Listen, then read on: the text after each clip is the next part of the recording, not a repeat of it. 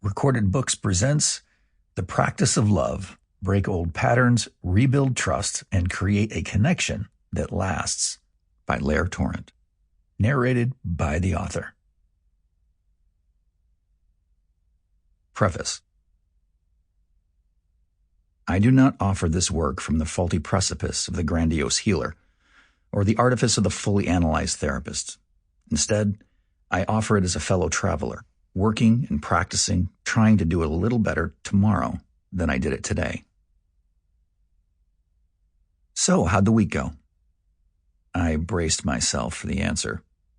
I could tell by the looks on their faces and the energy between them, it hadn't gone well.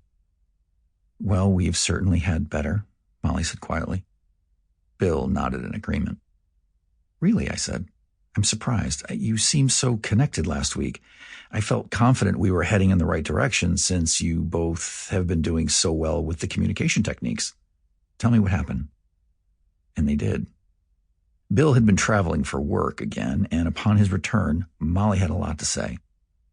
In their kitchen, the room tacitly agreed upon to host such discussions since it's furthest from the kids' rooms, Molly began.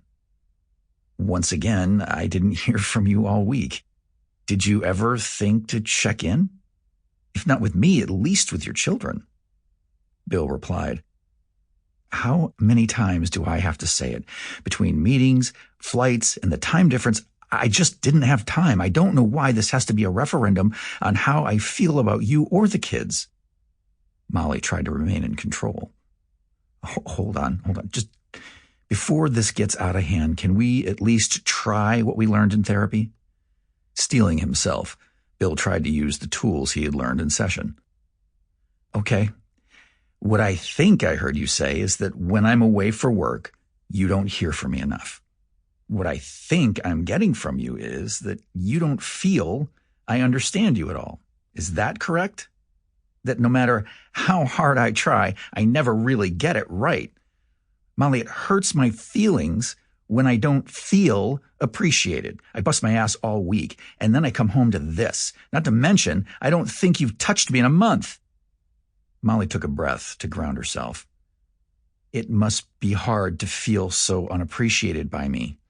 And you're right, I don't feel heard or understood because no matter what I say, it feels like I'm a terrible wife who never wants to have sex. Am I hearing you right? Well, Bill, it's hard to feel like having sex when I'm never a priority. Did you ever consider that? So I'm sorry if I'm not the dutiful wife waiting here for you in a nightgown made of fucking saran wrap. Bill pounded his fist on the table. So, as usual, this is my fault. None of this is your responsibility. I work hard to support this family, to build this business I thought we wanted, to make the kind of money we want to make. Do you think I like being away all this time? I thought this was what we talked about. I thought this is what we agreed on. In my office, they finished the story and sat in stone silence. The air was thick with disappointment and trepidation. Molly looked at me with tears in her eyes. You're right, she said. We left here last week feeling awesome. But it seems like when we are on our own, all of our work goes out the window. We always end up in the same place, circling each other and getting nowhere. It was hard to see them struggle after feeling so hopeful. I was frustrated and disappointed, and despite their best efforts and mine, I was failing them. My heart sank as I thought about the other couples in my practice who also do well in the office but fail to thrive on their own. With all their efforts and good intentions, why wasn't it enough? I considered myself a highly trained and skilled couples therapist. What was missing from my work? Why couldn't I help them? This led me to consider questions outside of my practice. With all of the therapies, couples workshops, and self-help books available, why aren't couples reporting a dramatic increase in overall satisfaction? And why is the divorce rate holding steady at 50%? I needed to know what was missing. For far too long, we have assumed that we should just innately understand how to love each other. Relationships have fallen into the basket of things we should just know how to do. But we are not born knowing how to make a relationship work any more than we are born knowing how to file taxes or buy insurance. Sample complete.